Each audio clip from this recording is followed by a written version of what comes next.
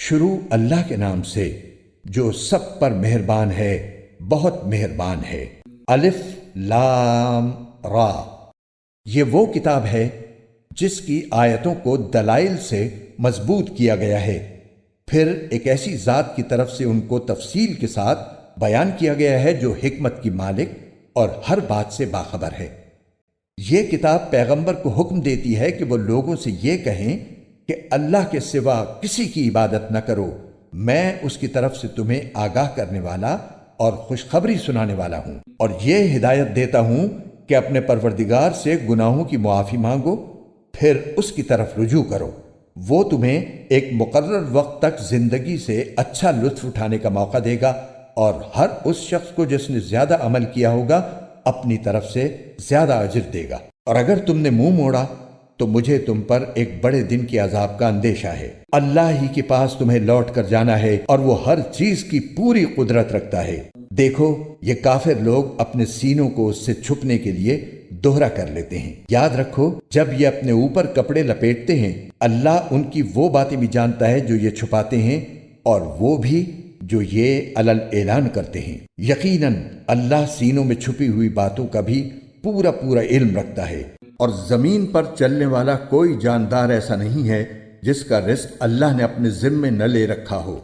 وہ اس کے مستقل ٹھکانے کو بھی جانتا ہے اور عارضی ٹھکانے کو بھی۔ ہر بات ایک واضح کتاب میں درج ہے، اور وہی ہے جس نے تمام آسمانوں اور زمین کو 6 دن میں پیدا کیا، جبکہ اس کا عرش پانی پر تھا، تاکہ تمہیں آزمائے کہ عمل کے اعتبار سے تم میں کون زیادہ اچھا ہے۔ اور اگر تم لوگوں سے یہ کہو کہ تمہیں مرنے کے بعد دوبارہ زندہ کیا جائے گا، تو جن لوگوں نے کفر اپنا لیا ہے وہ یہ کہیں گے کہ یہ کھلے جادو کے سوا کچھ نہیں ہے۔ اور اگر ہم ان لوگوں سے کچھ عرصے کے لیے عذاب کو مؤخر کر دیں تو وہ یہی کہتے رہیں گے کہ آخر کس چیز نے اس عذاب کو روک رکھا ہے؟ ارے جس دن وہ عذاب آ گیا تو وہ ان سے ٹلائے نہیں ٹلے گا، اور جس چیز کا یہ مذاق اڑا رہے ہیں وہ ان کو چاروں طرف سے گھیر لے گی۔ اور جب ہم انسان کو کسی رحمت کا مزہ چکھا دیتے ہیں پھر وہ اس سے واپس لے لیتے ہیں تو وہ مایوس اور ناشکرا بن جاتا ہے، اور اگر اسے کوئی تکلیف پہنچنے کے بعد ہم اسے نعمتوں کا مزہ چکھا دیں تو وہ کہتا ہے کہ ساری برائیاں مجھ سے دور ہو گئیں۔ اس وقت وہ اترا کر شیخیاں بگھارنے لگتا ہے۔ ہاں، مگر جو لوگ صبر سے کام لیتے ہیں اور نیک عمل کرتے ہیں وہ ایسے نہیں ہیں، ان کو مغفرت اور بڑا اجر نصیب ہوگا۔ پھر اے پیغمبر، جو وحی تم پر نازل کی جا رہی ہے، کیا یہ ممکن ہے کہ تم اس کا کوئی حصہ چھوڑ بیٹھو اور اس سے تمہارا دل تنگ ہو جائے؟ کیونکہ یہ لوگ کہتے ہیں کہ یعنی محمد صلی اللہ علیہ وسلم پر کوئی خزانہ کیوں نازل نہیں ہوا، یا کوئی فرشتہ ان کے ساتھ کیوں نہیں آیا؟ تم تو ایک آگاہ کرنے والے ہو، اور اللہ ہے جو ہر چیز کا مکمل اختیار رکھتا ہے۔ بھلا کیا یہ لوگ یوں کہتے ہیں کہ یہ وحی اس پیغمبر نے اپنی طرف سے گھڑ لی ہے؟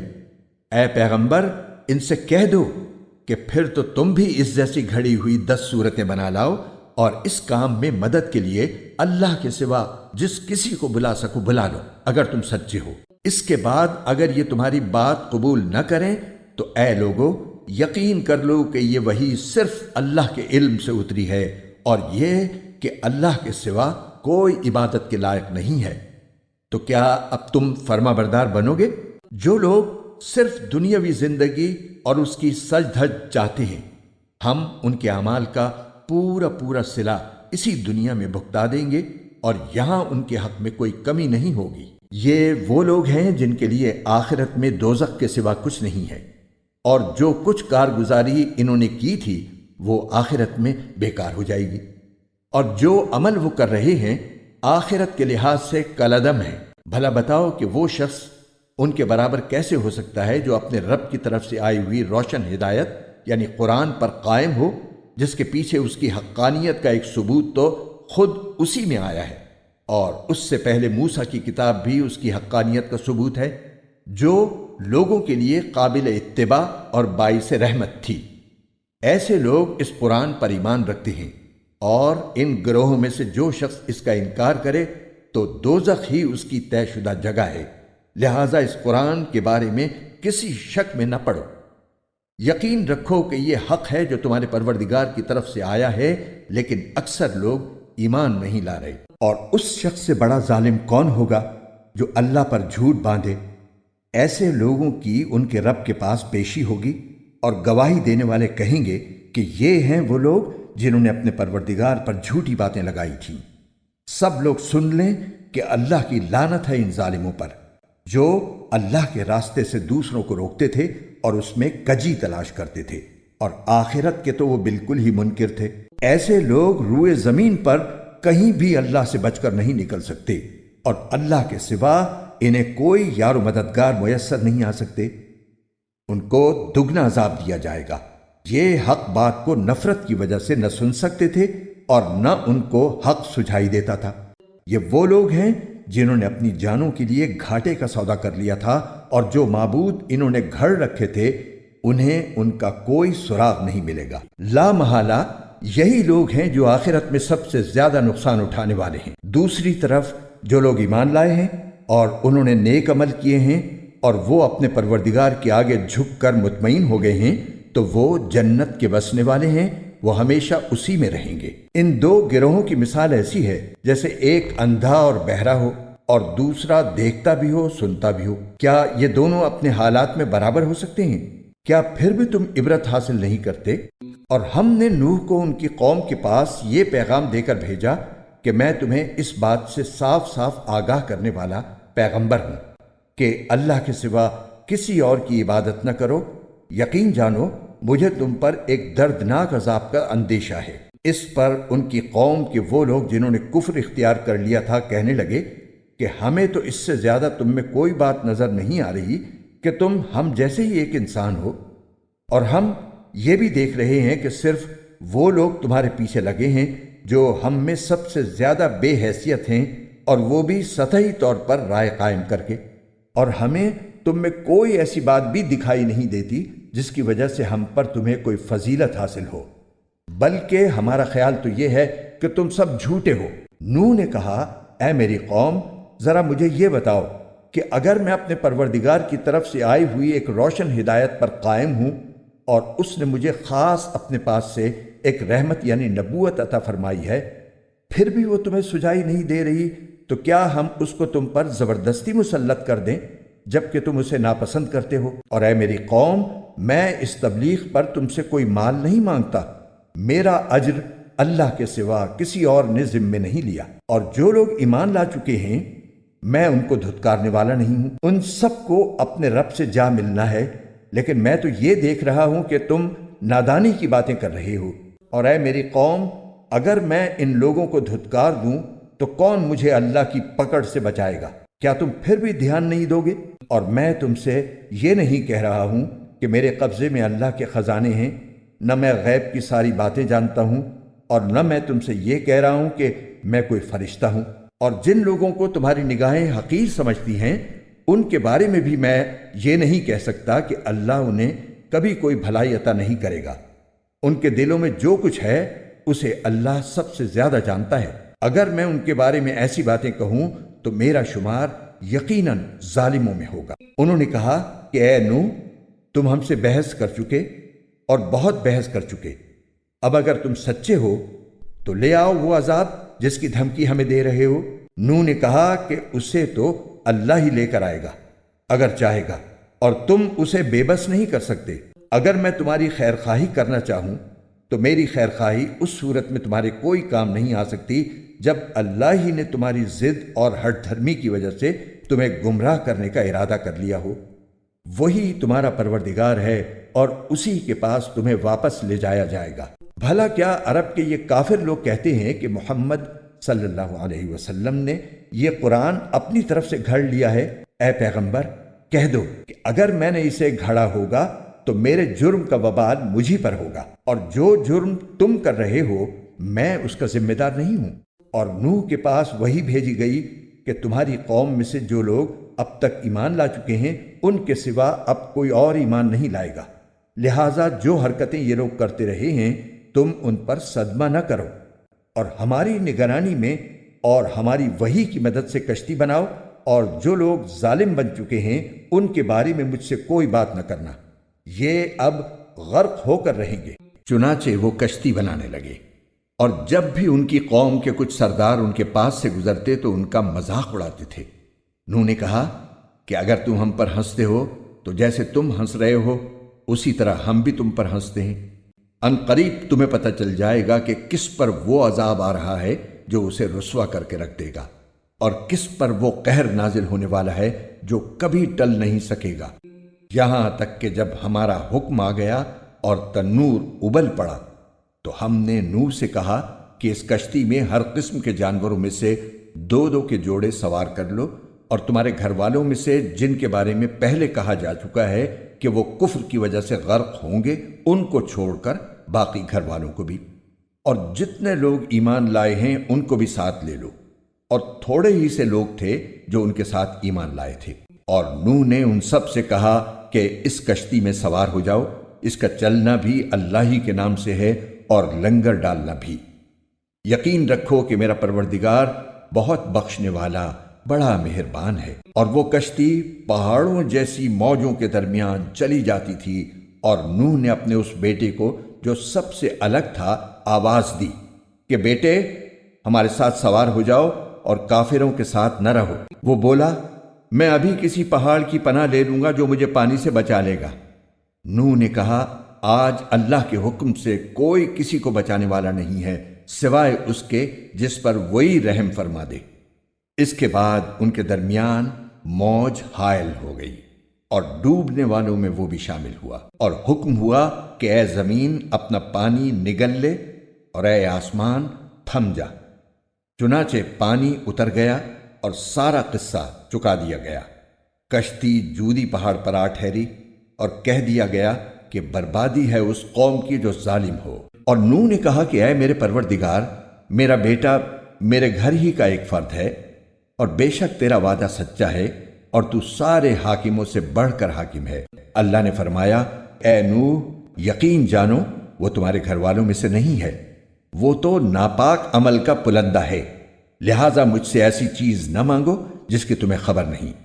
میں تمہیں نصیحت کرتا ہوں کہ تم نادانوں میں شامل نہ ہو۔ نوح نے کہا میرے پروردگار میں آپ کی پناہ مانگتا ہوں اس بات سے کہ آئندہ آپ سے وہ چیز مانگوں جس کا مجھے علم نہیں، اور اگر آپ نے میری مغفرت نہ فرمائی اور مجھ پر رحم نہ کیا تو میں بھی ان لوگوں میں شامل ہو جاؤں گا جو برباد ہو گئے ہیں۔ فرمایا گیا کہ اے نوح اب کشتی سے اتر جاؤ، ہماری طرف سے وہ سلامتی اور برکتیں لے کر جو تمہارے لیے بھی ہیں اور تمہارے ساتھ جتنی قومیں ہیں ان کے لیے بھی، اور کچھ قومیں ایسی ہیں جن کو ہم دنیا میں لطف اٹھانے کا موقع دیں گے، پھر ان کو ہماری طرف سے ایک دردناک عذاب آ پکڑے گا۔ اے پیغمبر یہ غیب کی کچھ باتیں ہیں جو ہم تمہیں وحی کے ذریعے بتا رہے ہیں، یہ باتیں نہ تم اس سے پہلے جانتے تھے نہ تمہاری قوم، لہٰذا صبر سے کام لو اور آخری انجام متقیوں ہی کے حق میں ہوگا۔ اور قوم عاد کے پاس ہم نے ان کے بھائی ہود کو پیغمبر بنا کر بھیجا۔ انہوں نے کہا اے میری قوم اللہ کی عبادت کرو، اس کے سوا تمہارا کوئی معبود نہیں ہے، تمہاری حقیقت اس کے سوا کچھ نہیں کہ تم نے جھوٹی باتیں تلاش رکھی ہیں۔ اے میری قوم میں تم سے اس تبلیغ پر کوئی اجرت نہیں مانگتا، میرا اجر کسی اور نے نہیں، اس ذات نے اپنے ذمے لیا ہے جس نے مجھے پیدا کیا ہے۔ کیا پھر بھی تم عقل سے کام نہیں لیتے؟ اے میری قوم اپنے پروردگار سے گناہوں کی معافی مانگو، پھر اس کی طرف رجوع کرو، وہ تم پر آسمان سے موسلا دھار بارشیں برسائے گا اور تمہاری موجودہ قوت میں مزید قوت کا اضافہ کرے گا، اور مجرم بن کر منہ نہ موڑو۔ انہوں نے کہا اے ہود تم ہمارے پاس کوئی روشن دلیل لے کر نہیں آئے، اور ہم اپنے خداؤں کو صرف تمہارے کہنے سے چھوڑنے والے نہیں ہیں، اور نہ ہم تمہاری بات پر ایمان لا سکتے ہیں۔ ہم تو اس کے سوا کچھ اور نہیں کہہ سکتے کہ ہمارے خداؤں میں سے کسی نے تمہیں بری طرح جھپیٹے میں لے لیا ہے۔ ہود نے کہا میں اللہ کو گواہ بناتا ہوں اور تم بھی گواہ رہو کہ تم اللہ کے سوا جس کو اس کی خدائی میں شریک مانتے ہو میں اس سے بری ہوں۔ اب تم سب کے سب مل کر میرے خلاف چالیں چل لو اور مجھے ذرا مہلت نہ دو۔ میں نے تو اللہ پر بھروسہ کر رکھا ہے جو میرا بھی پروردگار ہے اور تمہارا بھی پروردگار۔ زمین پر چلنے والا کوئی جاندار ایسا نہیں جس کی چوٹی اس کے قبضے میں نہ ہو۔ یقیناً میرا پروردگار سیدھے راستے پر ہے۔ پھر بھی اگر تم منہ موڑتے ہو تو جو پیغام دے کر مجھے بھیجا گیا تھا میں نے وہ تمہیں پہنچا دیا ہے، اور تمہارے کفر کی وجہ سے میرا پروردگار تمہاری جگہ کسی اور قوم کو یہاں بسا دے گا اور تم اس کا کچھ نہ بگاڑ سکو گے۔ بے شک میرا پروردگار ہر چیز کی نگرانی کرتا ہے، اور آخر کار جب ہمارا حکم آ گیا تو ہم نے اپنی رحمت کے ذریعے ہود کو اور جو لوگ ان کے ساتھ ایمان لائے تھے ان کو بچا لیا اور انہیں ایک سخت عذاب سے نجات دے دی۔ یہ تھے عاد کے لوگ جنہوں نے اپنے پروردگار کی نشانیوں کا انکار کیا اور اس کے پیغمبروں کی نافرمانی کی، اور ہر ایسے شخص کا حکم مانا جو پرلے درجے کا جابر اور حق کا پکا دشمن تھا، اور اس کا نتیجہ یہ ہوا کہ اس دنیا میں بھی پھٹکار ان کے پیچھے لگا دی گئی اور قیامت کے دن بھی۔ یاد رکھو کہ قوم عاد نے اپنے رب کے ساتھ کفر کا معاملہ کیا تھا۔ یاد رکھو کہ بربادی عاد ہی کی ہوئی جو ہود کی قوم تھی، اور قوم ثمود کے پاس ہم نے ان کے بھائی صالح کو پیغمبر بنا کر بھیجا۔ انہوں نے کہا، اے میری قوم، اللہ کی عبادت کرو، اس کے سوا تمہارا کوئی معبود نہیں ہے۔ اسی نے تم کو زمین سے پیدا کیا اور اس میں تمہیں آباد کیا، لہٰذا اس سے اپنے گناہوں کی معافی مانگو، پھر اس کی طرف رجوع کرو۔ یقین رکھو کہ میرا رب تم سے قریب بھی ہے، دعائیں قبول کرنے والا بھی۔ وہ کہنے لگے، اے صالح، اس سے پہلے تو تم ہمارے درمیان اس طرح رہے ہو کہ تم سے بڑی امیدیں وابستہ تھی۔ جن بتوں کی عبادت ہمارے باپ دادا کرتے آئے ہیں، کیا تم ہمیں ان کی عبادت کرنے سے منع کرتے ہو؟ جس بات کی تم دعوت دے رہے ہو اس کے بارے میں تو ہمیں ایسا شک ہے جس نے ہمیں اضطراب میں ڈال دیا ہے۔ صالح نے کہا، اے میری قوم، ذرا مجھے یہ بتاؤ کہ اگر میں اپنے پروردگار کی طرف سے آئی ہوئی ایک روشن ہدایت پر قائم ہوں اور اس نے مجھے خاص اپنے پاس سے ایک رحمت یعنی نبوت عطا فرمائی ہے، پھر بھی اگر میں اس کی نافرمانی کروں تو کون ہے جو مجھے اللہ کی پکڑ سے بچا لے؟ لہٰذا تم میرے فرائض سے روک کر بربادی میں مبتلا کرنے کے سوا مجھے اور کیا دے رہے ہو؟ اور اے میری قوم، یہ اللہ کی اونٹنی تمہارے لیے ایک نشانی بن کر آئی ہے، لہٰذا اس کو آزاد چھوڑ دو کہ یہ اللہ کی زمین میں کھاتی پھرے، اور اس کو برے ارادے سے چھونا بھی نہیں، کہیں ایسا نہ ہو کہ تمہیں عنقریب آنے والا عذاب آ پکڑے۔ پھر ہوا یہ کہ انہوں نے اس کو مار ڈالا۔ چنانچہ صالح نے کہا کہ تم اپنے گھروں میں 3 دن اور مزے کر لو، اس کے بعد عذاب آئے گا، اور یہ ایسا وعدہ ہے جسے کوئی جھوٹا نہیں کر سکتا۔ پھر جب ہمارا حکم آ گیا تو ہم نے صالح کو اور ان کے ساتھ جو ایمان لائے تھے ان کو اپنی خاص رحمت کے ذریعے نجات دی اور اس دن کی رسوائی سے بچا لیا۔ یقیناً تمہارا پروردگار بڑی قوت کا، بڑے اقتدار کا مالک۔ اور جن لوگوں نے ظلم کا راستہ اپنایا تھا ان کو ایک چنگھاڑ نے آ پکڑا، جس کے نتیجے میں وہ اپنے گھروں میں اس طرح اوندے پڑے رہ گئے جیسے کبھی وہاں بسے ہی نہ تھے۔ یاد رکھو کہ سمود نے اپنے رب کے ساتھ کفر کا معاملہ کیا تھا۔ یاد رکھو کہ بربادی سمود ہی کی ہوئی، اور ہمارے فرشتے انسانی شکل میں ابراہیم کے پاس بیٹا پیدا ہونے کی خوشخبری لے کر آئے۔ انہوں نے سلام کہا، ابراہیم نے بھی سلام کہا۔ پھر ابراہیم کو کچھ دیر نہیں گزری تھی کہ وہ ان کی مہمانی کے لیے ایک بھنا ہوا بچڑا لے آئے، مگر جب دیکھا کہ ان کے ہاتھ اس بچڑے کی طرف نہیں بڑھ رہے تو وہ ان سے کھٹک گئے اور ان کی طرف سے دل میں خوف محسوس کیا۔ فرشتوں نے کہا، ڈریے نہیں، ہمیں آپ کو بیٹے کی خوشخبری سنانے اور لوط کی قوم کے پاس بھیجا گیا ہے۔ اور ابراہیم کی بیوی کھڑی ہوئی تھیں، وہ ہنس پڑیں، تو ہم نے انہیں دوبارہ اسحاق کی اور اسحاق کے بعد یعقوب کی پیدائش کی خوشخبری دی۔ وہ کہنے لگیں، ہائے، کیا میں اس حالت میں بچہ جنوں گی کہ میں بوڑھی ہوں اور یہ میرے شوہر ہیں جو خود بڑھاپے کی حالت میں ہیں؟ واقعی یہ تو بڑی عجیب بات ہے۔ فرشتوں نے کہا، کیا آپ اللہ کے حکم پر تعجب کر رہی ہیں؟ آپ جیسے مقدس گھرانے پر اللہ کی رحمت اور برکتیں ہی برکتیں ہیں، بے شک وہ ہر تعریف کا مستحق بڑی شان والا ہے۔ پھر جب ابراہیم سے گھبراہٹ دور ہوئی اور ان کو خوشخبری مل گئی تو انہوں نے ہم سے لوط کی قوم کے بارے میں ناز کے طور پر جھگڑنا شروع کر دیا۔ حقیقت یہ ہے کہ ابراہیم بڑے بردبار، اللہ کی یاد میں بڑی آہیں بھرنے والے اور ہر وقت ہم سے لو لگائے ہوئے تھے۔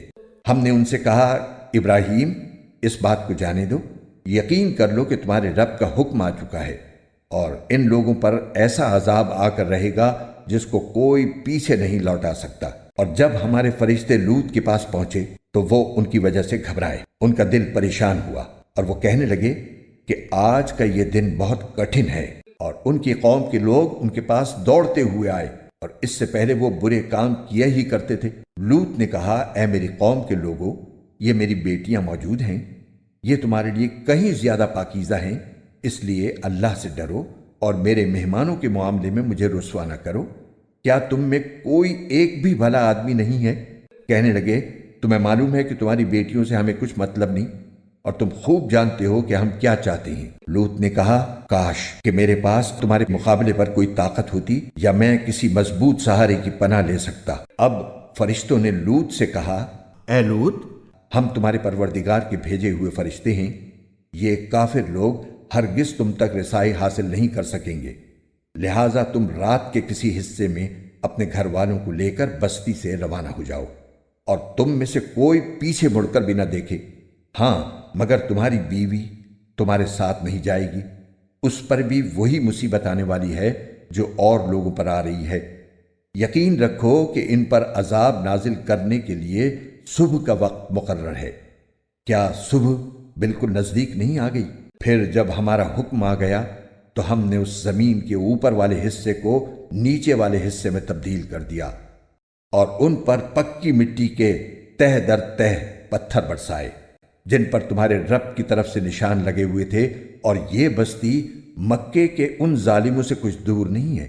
اور مدین کی طرف ہم نے شعیب کو پیغمبر بنا کر بھیجا، انہوں نے ان سے کہا کہ اے میری قوم، اللہ کی عبادت کرو، اس کے سوا تمہارا کوئی معبود نہیں ہے، اور ناپ تول میں کمی مت کیا کرو۔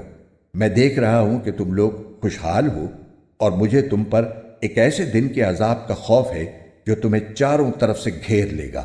اور اے میری قوم کے لوگوں، ناپ تول پورا پورا کیا کرو، اور لوگوں کو ان کی چیزیں گھٹا کر نہ دیا کرو، اور زمین میں فساد پھیلاتے مت پھرو۔ اگر تم میری بات مانو تو لوگوں کا حق ان کو دینے کے بعد جو کچھ اللہ کا دیا بچ رہے وہ تمہارے حق میں کہیں بہتر ہے، اور اگر نہ مانو تو میں تم پر پہرے دار مقرر نہیں ہوا ہوں۔ وہ کہنے لگے، اے شعیب، کیا تمہاری نماز تمہیں یہ حکم دیتی ہے کہ ہمارے باپ دادا جن کی عبادت کرتے آئے تھے ہم انہیں بھی چھوڑ دیں، اور اپنے مال و دولت کے بارے میں جو کچھ ہم چاہیں وہ بھی نہ کریں؟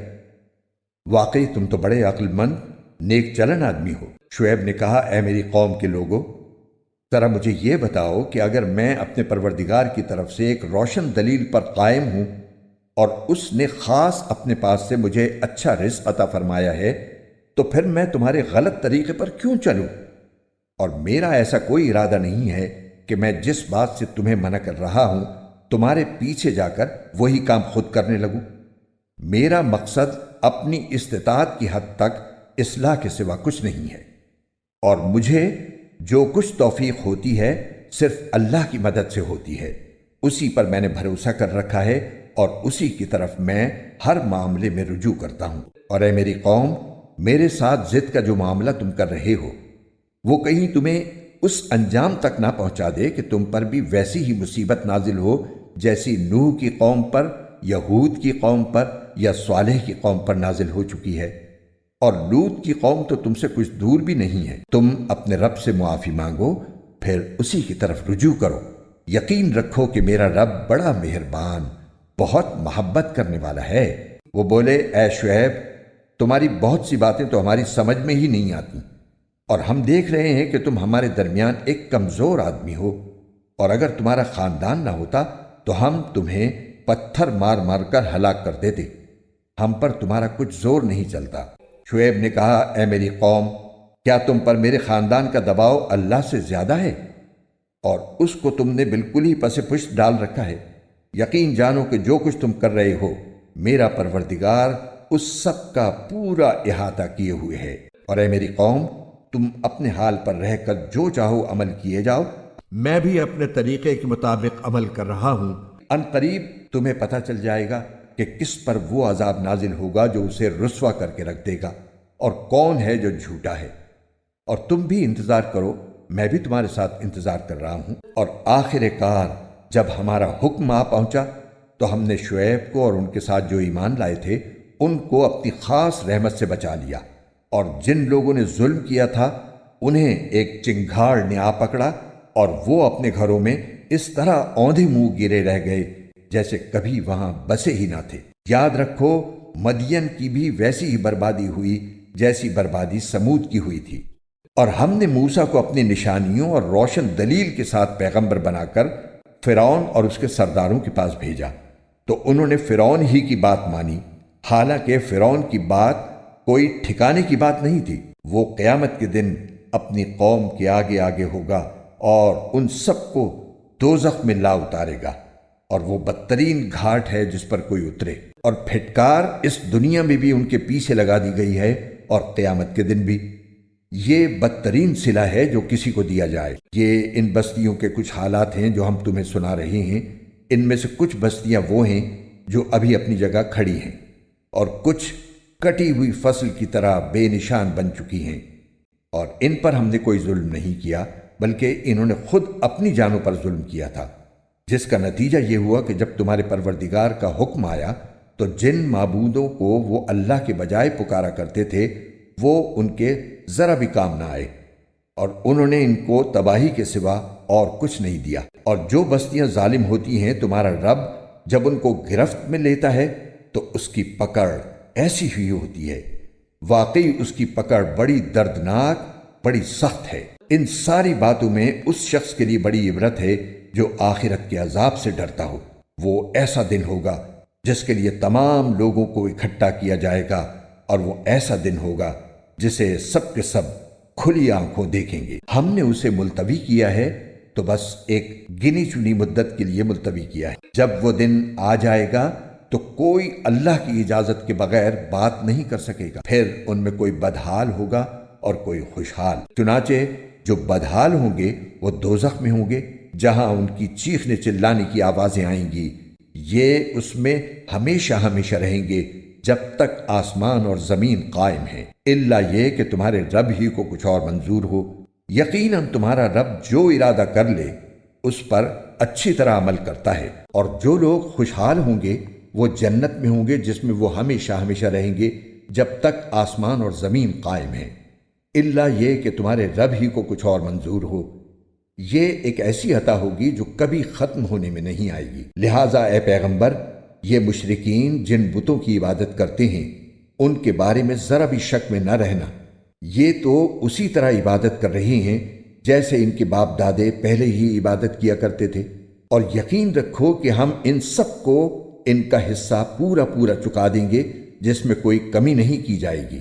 اور ہم نے موسیٰ کو کتاب دی تھی تو اس میں بھی اختلاف کیا گیا تھا، اور اگر تمہارے پروردگار کی طرف سے ایک بات پہلے ہی طے نہ ہو چکی ہوتی کہ ان کو پورا عذاب آخرت میں دیا جائے گا تو ان کا فیصلہ یہیں دنیا میں ہو چکا ہوتا، اور یہ لوگ اس کے بارے میں ابھی تک سخت قسم کے شک میں پڑے ہوئے ہیں۔ اور یقین رکھو کہ سب لوگوں کا معاملہ یہی ہے کہ تمہارا پروردگار ان کے اعمال کا بدلہ پورا پورا دے گا، یقیناً وہ ان کے تمام اعمال سے پوری طرح باخبر ہے۔ لہٰذا اے پیغمبر، جس طرح تمہیں حکم دیا گیا ہے اس کے مطابق تم بھی سیدھے راستے پر ثابت قدم رہو، اور وہ لوگ بھی جو توبہ کر کے تمہارے ساتھ ہیں، اور حد سے آگے نہ نکلو۔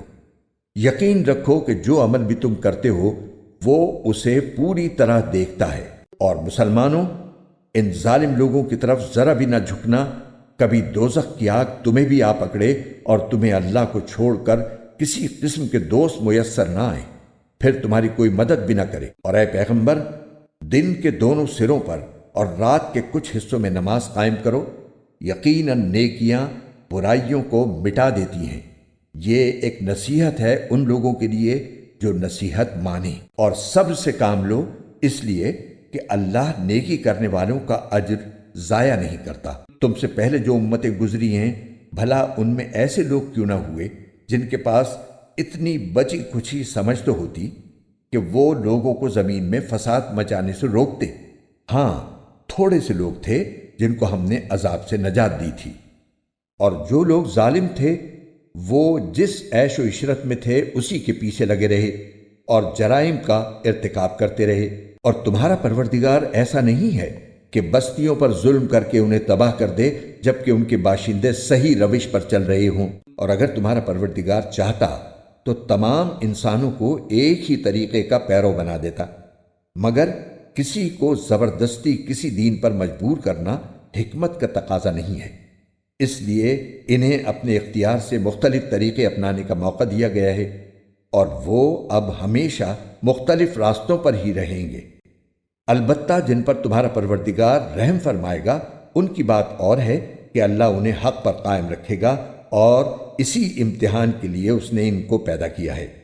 اور تمہارے رب کی وہ بات پوری ہوگی جو اس نے کہی تھی کہ میں جہنم کو جنات اور انسانوں دونوں سے بھر دوں گا۔ اور اے پیغمبر، گزشتہ پیغمبروں کے واقعات میں سے وہ سارے واقعات ہم تمہیں سنا رہے ہیں جن سے ہم تمہارے دل کو تقویت پہنچائیں، اور ان واقعات کے ضمن میں تمہارے پاس جو بات آئی ہے وہ خود بھی حق ہے، اور تمام مومنوں کے لیے نصیحت اور یاد دہانی بھی ہے۔ اور جو لوگ ایمان نہیں لا رہے ہیں ان سے کہو کہ تم اپنی موجودہ حالت پر عمل کیے جاؤ، ہم بھی اپنے طریقے پر عمل کر رہے ہیں، اور تم بھی اللہ کے فیصلے کا انتظار کرو، ہم بھی انتظار کرتے ہیں۔ آسمانوں اور زمین میں جتنے پوشیدہ بھید ہیں وہ سب اللہ کے علم میں ہیں، اور اسی کی طرف سارے معاملات لوٹائے جائیں گے۔